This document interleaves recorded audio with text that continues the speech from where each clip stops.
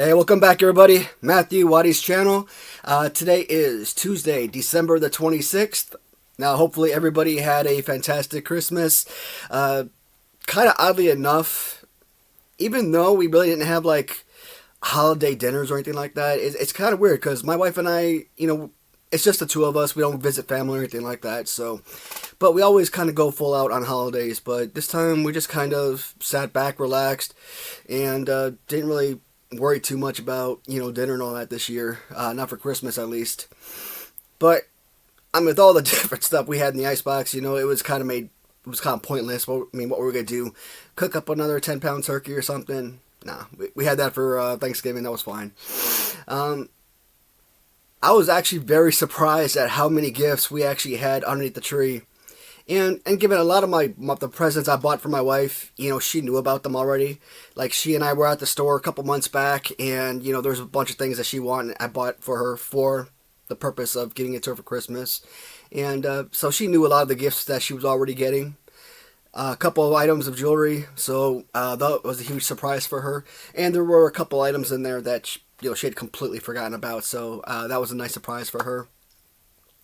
And to me, for me, she bought just an absolute ton of different t-shirts, a lot of 80s related stuff, gaming systems and whatnot, collection related stuff, and I thought that was incredible. So when I make my videos, I'm going to have a bunch of different t-shirts to kind of show off and whatnot, display in the background or display for the videos. And I always said, man, once you become an adult, it's just so difficult to really buy for someone, because if you're interested in something as an adult, you're going to go out and buy it for yourself. So, birthdays and Christmas, etc., it just doesn't have the same feel as it does from childhood, right? So, with Christmas being over, question becomes, what do I do with the Christmas tree? I've talked about in the past, I kind of was disappointed because it was like maybe the second or third week of December. So, let's say going into the third week, maybe the 14th of December or something, I finally put that darn tree up, and I don't know what it is. I think more than the holidays itself, I think I just generally love having the Christmas tree up. I love being able to turn on the tree and have those lights, for the background and everything. It's just very relaxing and beautiful to look at. So, in December 2017, I was home after I lost my job in Afghanistan, and I accepted a new position stateside, and that's why we moved from Texas to Kentucky. So my wife and I, in 2017, we were spending Christmas in a hotel, I don't know, Arkansas or something maybe, on our way to Kentucky, and it may not have been Arkansas. I think we probably stopped off in like 2 or 3 different states. For me, when I travel, maybe one layover, that's it. My wife, every night, she wants to stop in a hotel after about 8 hours of driving or something. I'm like, pfft. But anyways. But 2018, we finally got the tree up, and I swear to God, that darn tree was up for 4 years straight. One of it was just laziness, I think. Neither one of us wanted to take that thing down. Secondly, I love the display of the tree. My wife put a lot of graphics, a lot of designs on the tree and everything, so the way that she made that tree look, I didn't want to destroy that design of the tree. And third, like I said, I love having the lights up. It's very relaxing and everything. It's like when you take a bath and you've got candles or some kind of aroma candles or something in there. Well, maybe not for me, but you get the idea. And we finally took that darn thing down probably this year. Sometime early December. No, we took it down after Christmas last year because I brought that tree down in the basement and it was in the back of the room for quite a while. But I think I'm going to leave it up this time. Leave it up for another 4 years or something. I don't know. Enough of that, guys. That's kind of my Christmas in review of sorts. I thought about coming down here making you guys a nice little Christmas video yesterday, but at the same time, I'm like, you know what, it's Christmas. Let the folks enjoy their holiday with their family. I wasn't going to disturb you guys, so. Today, got a massive amount of new items received in, and including my last batch of figures from Ram Treasures. Are they Holy Grail figures from Ram Treasures? For that particular company, sure. Are they Holy Grail figures in general? Not really. But I am going to talk about them in the next video I make. So definitely be on the lookout for that video. But this is the premier Holy Grail video I've been talking about. The one I've been wanting to make the last couple of weeks. Ever since I got that new set of Holy Grail figures in, like Warlord. Bossman already had, so that's a secondary figure. Haku already had, that was a secondary figure. Rick Rude, not a Holy Grail item, but a very important figure in. And today, we're going to look at two different sellers. And I'm also going to bring up Ken Schwartz, who sold me those 4 black card figures. So I'm going to leave his information as well, so you guys kind of can reach out, see what these guys have in the future. So, as you know, Ken Schwartz did have another black card figure that I wanted, which was an Andre the Giant. Unfortunately, we couldn't come to an agreement on the price of that figure, and he ended up listing it on auction. I was the leading vote getter for probably the first 4 days or something, and then somebody outbid me, and I think it was only 2 of us bidding on the item. Like I said, guys, when you start an auction price very high, there are very few people that are going to be interested in that. I feel like if this was starting at, let's say, 99 cents, $100 even, $500, you probably would have had like 50 people bidding on this thing. But, no, very high price, so, it basically eliminates a lot of people right off the bat. And right at the end, I tried increasing my bid by like $700 or $800, hoping I'd win it for maybe a couple $100 more than the current price, and I was still outbid, so I lost out on it. But we're not finished yet. I did reach out to Michael Modica, a man I bought a bunch of Holy Grail items from, and what was I able to pick up from him? Yes, one of the biggest Holy Grail items of my entire collection, which is the Series 6 Grand Toys LJN of Andre the Giant. And this figure, this bubble, this card is just absolutely perfect. You know what? Is it 100% mint? No. But for me, it serves its purpose. Like, you got little small spider veins in the corner. That's going to happen, guys. These figures are 40 years old, okay? I'm not going to sit there and fret over the little tiniest of miscues here and there. To be able to own this item has been an absolute godsend. One of the most perfect wrestling action figures ever made.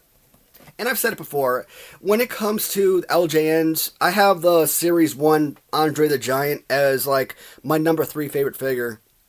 And I kind of omit the Series 2 short-haired Andre or the Series 6 black. Why? Because the Andre from Series 1, his arm extended a little bit more out than what you see here. So it gives you kind of like a little bit better pose, playability-wise. And because essentially, for the most part, 2 and 6 are basically the same as a Series 1 for the most part, I always kind of look at it as 3A, BC or so on.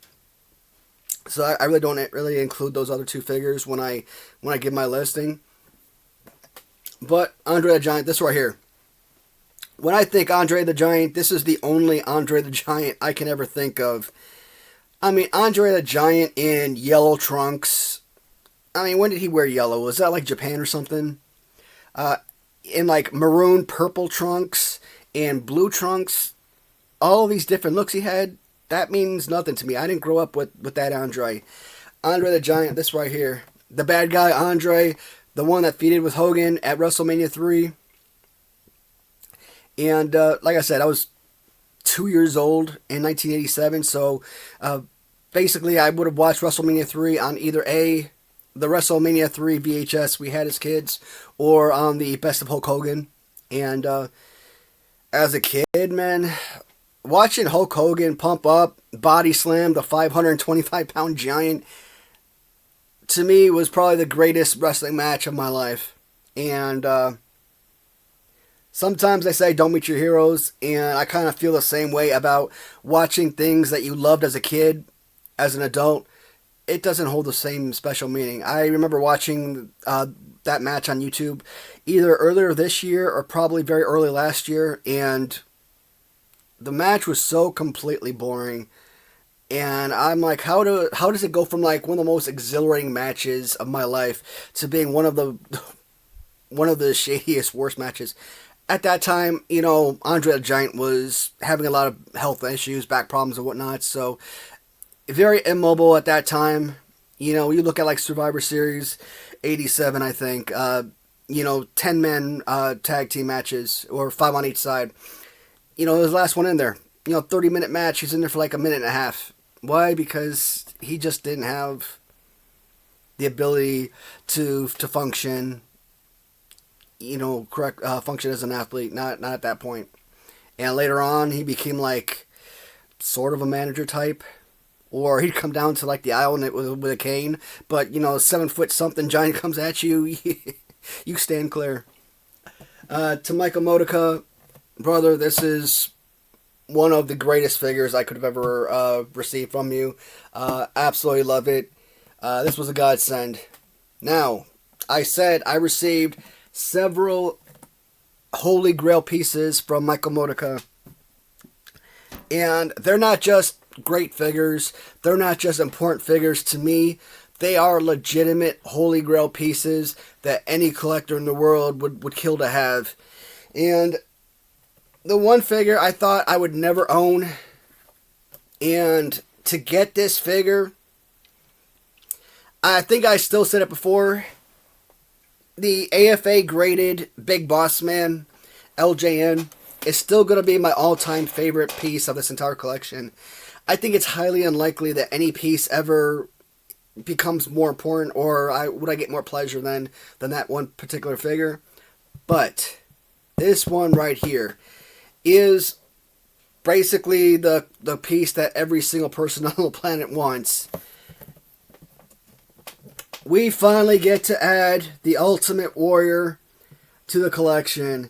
And yes, with the addition of Ultimate Warrior and then the addition of Andre the Giant, Black Card series is officially complete. With asterisk. The original 7 characters, or was it 6 characters? I think it's 7. 1, 2, 3, 4, 5, 6. Looks like 6 over there. Okay, the original 6 characters are complete. And of course, I have white shirt and red shirt Hogan on black card, and I have Hulk Hogan on black card, or white and red shirt Hulk Hogan, and I have Jim Duggan on black card as well. But the new additions of Andre the Giant, Big Boss Man, you got Rick Rude, Ultimate Warrior, and Warlord. Wait, that's more than one I just counted.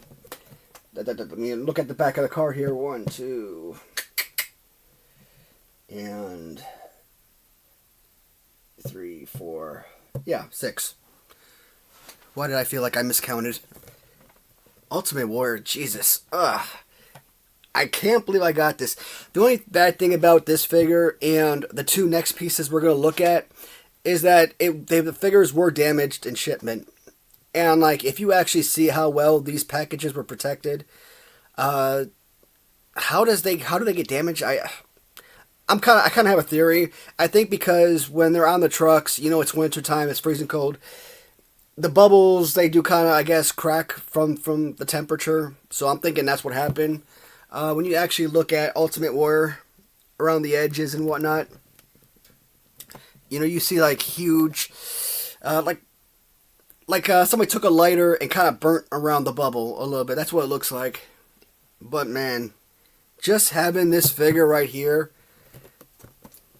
you don't know what this means to get this piece in. And I've said it before, I never expected to be able to find a Warlord action figure, or Warlord LJN on card, ever. I've seen probably 1 or 2 Ultimate Warriors, but I've never seen Warlord, so thought getting Warlord in was probably the greatest thing I could ever accomplish. But then getting this, man, this meant the world. I don't know how many people out there have a carded Ultimate Warrior left, but for me to be able to add this to the collection, absolutely amazing. Now, the next 2 figures we look at, they have basically the same issues as the Ultimate Warrior. It kind of looks like the bubble, like somebody held a lighter to the bubble and burnt around the edges. And that didn't happen. I'm thinking that it just cracked due to transportation and the cold weather and whatnot. Otherwise, these probably would have been unaffordable. And I think even one of these figures would have probably cost what I paid for both of them and then some. So to get these on card were absolutely amazing. Absolute holy grail pieces. More important than the Black Card series? Nah, maybe not. But definitely, if you can't get a Black Card series, these are the figures you want. Who am I talking about? Yes, Bret Hart gets to join the LJN collection. And as I bring these figures in, I think I'm only down to like 3 figures now. I could technically consider myself to be complete, but again, we'll discuss it as it goes along, as we move on. So, at one point, I tried opening the bottom and taking and sliding this out, but as you can see, the bubble is like completely removed from the top. And as I tried, grabbing the card, the bubble looked like it was like, I was afraid of taking it out and basically 100% removing the bubble. At least towards the bottom, the bubble is still holding on, so it's still keeping it in place.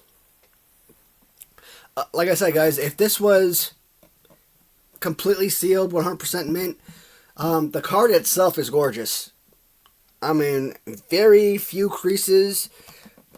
This could have been a $5,000 figure individually, if it wasn't for those deficiencies.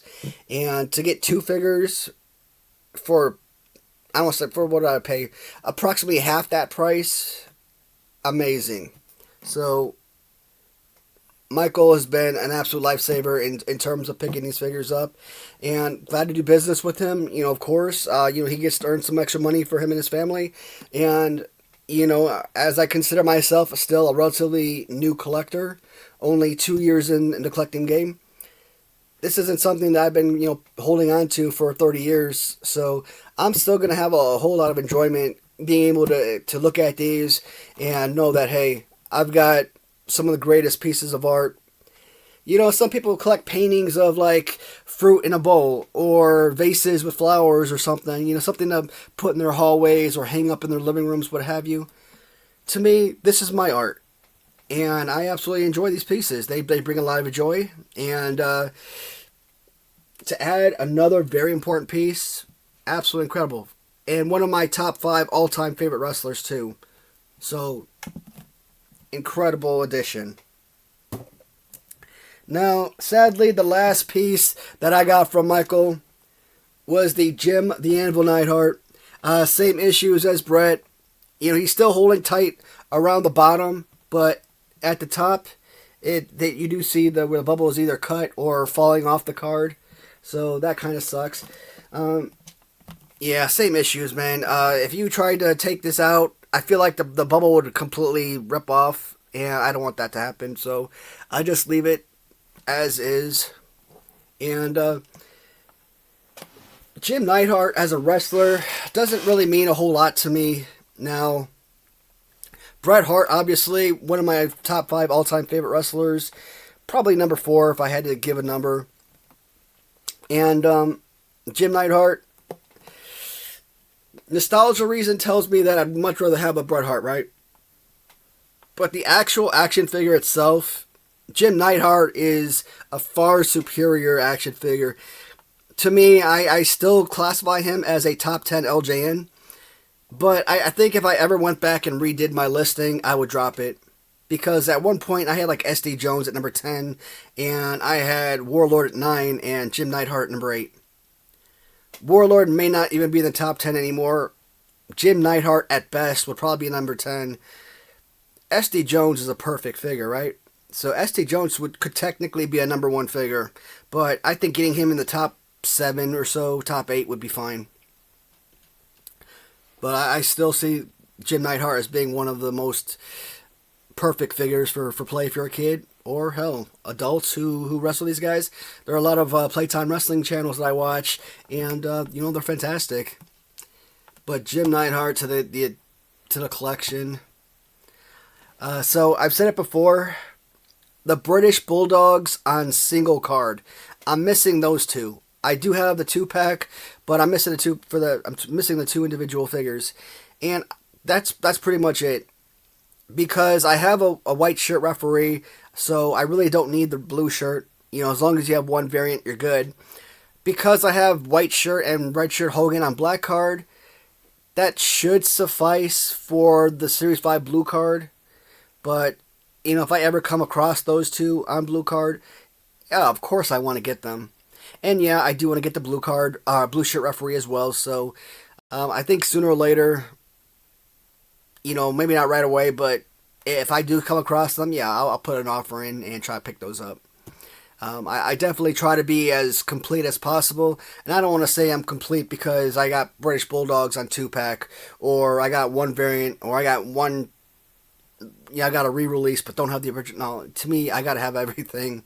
I'm very picky when it comes to being 100% complete. OCD won't let me think otherwise. That's Michael Modica. I am going to, when I post this video, I'm going to copy and paste his eBay link, and that way you can reach out to him. I don't know if he wants me to leave his email account, so I won't do that right now. But, you know, if he gives me a thumbs up, I'll do that. You guys can reach out to him if you see anything you like. He does have a lot of really good LJN carded figures on his eBay account. I didn't see any more black cards, but still, the figures he has listed are well worth it. On eBay, it's Mikey Mojo 66 Naval. So NVAL, just not NAVAL. So MIKEY MOJO 66 NVAL. All right. So to Michael Modica, again, I just feel like thank you just isn't enough. I want to do something special for this man. I mean, he's done so much for me by allowing me to purchase these figures from him, and for a price that I feel, you know, comfortable paying, because I think under normal circumstances, I probably would have never been able to afford any of these guys, so he's been absolutely amazing. One of the first major sellers of carded LJNs and some of my most important pieces came from another Michael, Michael Cardillo. On eBay, his screen name is M30JR. He doesn't always have items listed, and for whatever reason, eBay doesn't let you send messages to someone unless they have a listing. But Michael Cardillo, so the first lot of figures I ever purchased from him, they included Jake Roberts, it included Coco Beware. MOC for those figures were like $1,500 to $2,000 figures, so he gave me a fantastic deal by purchasing these bundles. I got those two figures. I got an AFA graded axe. Okay, that is absolutely amazing. I got a Outback Jack, and I got a Ted Arcidi. Later on, I talked about getting that Lou Albano. Lou Albano is nothing super splashy. I had a Lou Albano already, but that was Lou Albano with red. This was the variant that I wanted without the red, so getting that carded was incredible. The next purchase I got from him about a month ago was White Shirt Referee. And again, here is another figure you don't think you're ever going to own. Is it the most priciest figure in the world? I mean, did it cost anywhere near what these other figures? No, but I mean, it's still going to cost you a pretty penny regardless. You're not going to pick up a carded White Shirt Referee, or a blue shirt for that matter, for, you know, $200-$300. It just ain't going to happen. Heck, I kind of feel like you could barely pick up a loose figure for $200. Now, loose referees usually hover between, depending on condition, I'd say if it's like really bad paint loss, $65. If it's mint or close to it, $125, $150 maybe. So, I mean, the referees are expensive. And I think this might have one of my favorite card backs. And from that one seller in Canada that I bought like that whole booklet of LJN posters from, there was a referee poster in there, of course, and it was just basically a checklist. And So I kind of look at this, I think it's pretty freaking amazing. I'm trying to see if there's any variants in here. No, I mean, just kind of looking at them, they all look like the original released figures. Yeah, no. Well, Junkyard Dog. Well, no, he's got the right pose. Yeah, they all pretty much look the same. But you don't have all 80 figures or anything on here, so. But still, among the card backings, one of my absolute favorite. And I've said it before. Just because he's a referee, it doesn't mean as children you had to use him as referee. And if I decide to do the manager tournament I've been telling you guys about, referees will be included just for this purpose because it says manager on there. So guys like the referees and Vince McMahon, etc. If I decide to make that tournament for you guys, I will include those guys as well and make the tournament a little bit bigger. Referee is one of my favorite characters, one of my favorite figures from the line.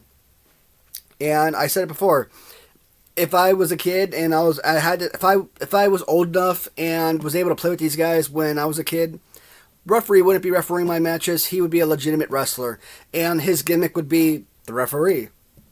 I don't know, maybe he works at Foot Locker or something. I don't know. Come on. Absolutely amazing. Love this piece. Getting this from Michael Cardilla was incredible. One of the most recent, I just got this in maybe a week or two ago. So you guys already know this particular action figure is one of my least favorite action figures ever made. For whatever reason, it's a very beloved go-to figure for a lot of kids from childhood, or a lot of people from childhood, but for me, I despise the figure.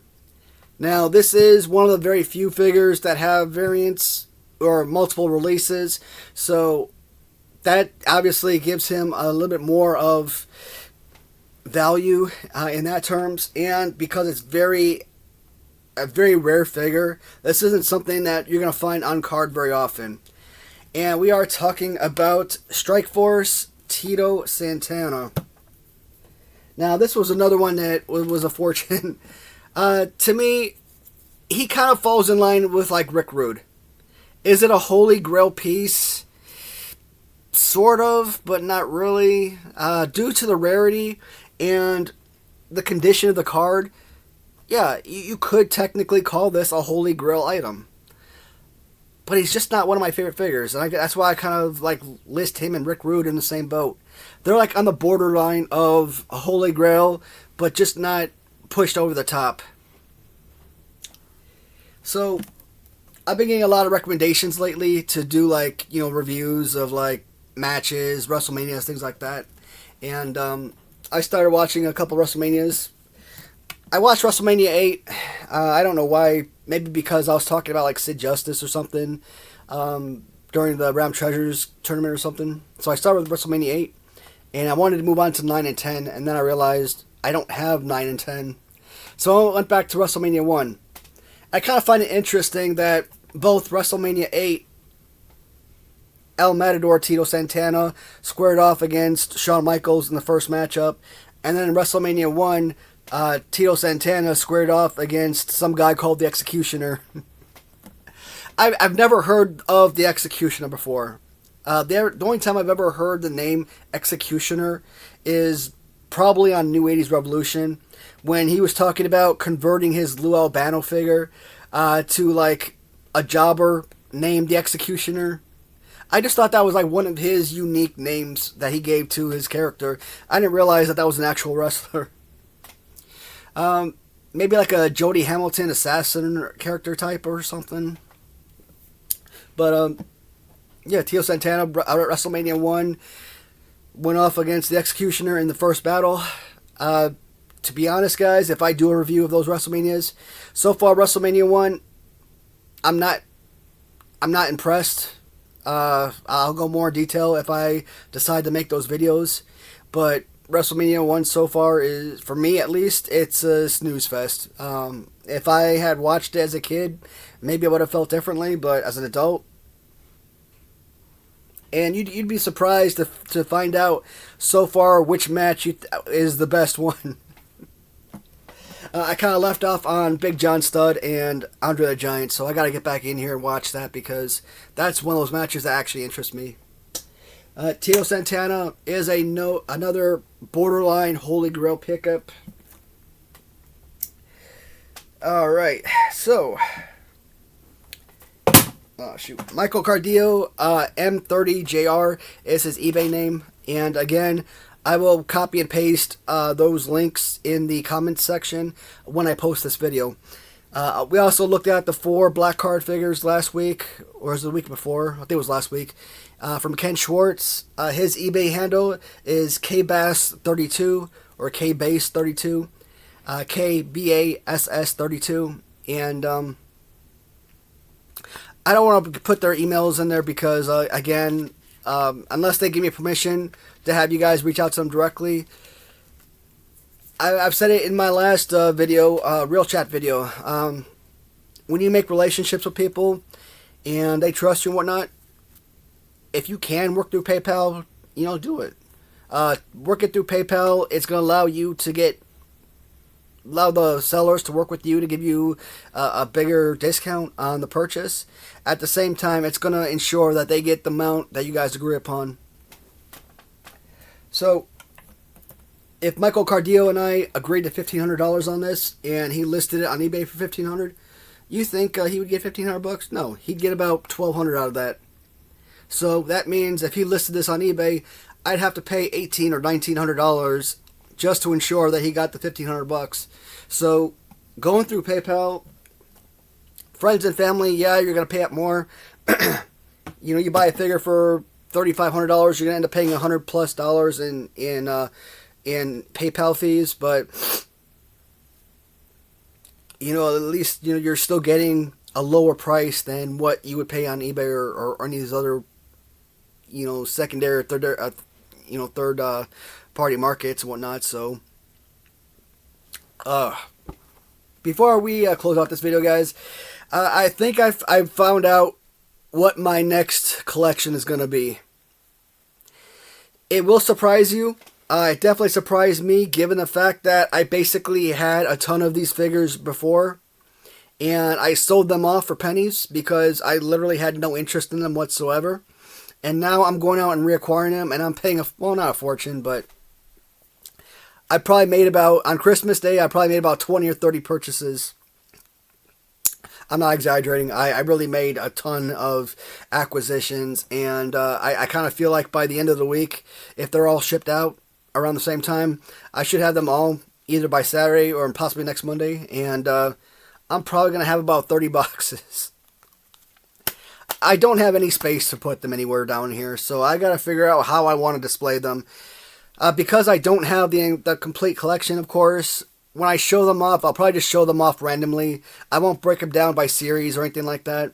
And then later on, as I acquire more and complete collections, yeah, I'll start doing individual series by series breakdowns and create a playlist for that. But that should be coming probably by the end of the week. Today's Tuesday. I'll post it this afternoon. So I'll go Tuesday and Wednesday, and then on Thursday I will post that random treasures video that for the last four figures I picked up. What else we got? More items came in from the UK and Germany. A lot of Hasbro carded figures. I already have them all, so they were just basically purchased for resale. And I'm not the kind of guy who buys something for $30 and resells it for $250, Like, I might buy something for $30 and resell it for $75. And when you think, okay, it's coming from Germany, $20 or $30 in shipping, or $10, taxes or whatever, to look at the figures, say $75 to $100, it ain't bad. So that's basically what they sell for here in the States anyways. But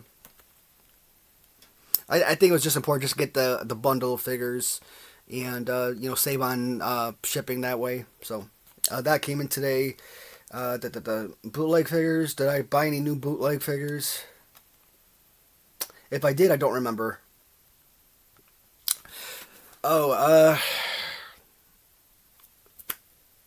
Rush Collectibles. Yes. I got my first Rush collectible figure in today. I got about 3 more coming. One of them is just a variant. But for months, I'm always talking about the Hasbro style figures. I'm always mentioning Mattel Retros, Cella Toys / Epic Toys, Zombie Sailors, Heels and Faces, Hastel Toys, Grapplers and Gimmicks, and I talk about Rush Collectibles, but I'm sure nobody has ever seen Rush Collectibles Ringmasters. And if you ever get onto the Asylum website, you know, they're all sold out, which sucks. So you got to pay a fortune for them on eBay. But I finally started buying some of those up because, again, I'm always talking about Rush Collectibles, but like nobody has ever heard of them. So like, what are you talking about? Well, I'm finally going to be able to show off a few figures for you guys. I have no idea who the characters are. I've always said it doesn't matter. A good figure is a good figure, and that's why I want those figures so bad. And they're going to bleed in beautifully with the rest of the Hasbro style collections. So that is probably going to be made this week as well. I said I was going to post the video every day regardless of, you know, when I made the video, but I want some of these videos to get as many views as possible before I move on to the next video. So yeah, I will probably wait 2 days or so in between each video. Alright, so for now, I think that's pretty much it. I will, when those new collections come in, that's probably going to be a very long video based on the amount of figures I acquired. But, should be fun nonetheless. Guys, you know, thank you so much for watching as always. If you have any questions for me, comments, please feel free to reach out anytime. Always available. And, until next time, guys, this was a really fun video to make. You know, thank you for bearing with me. Talk to you guys later. Goodbye, everyone.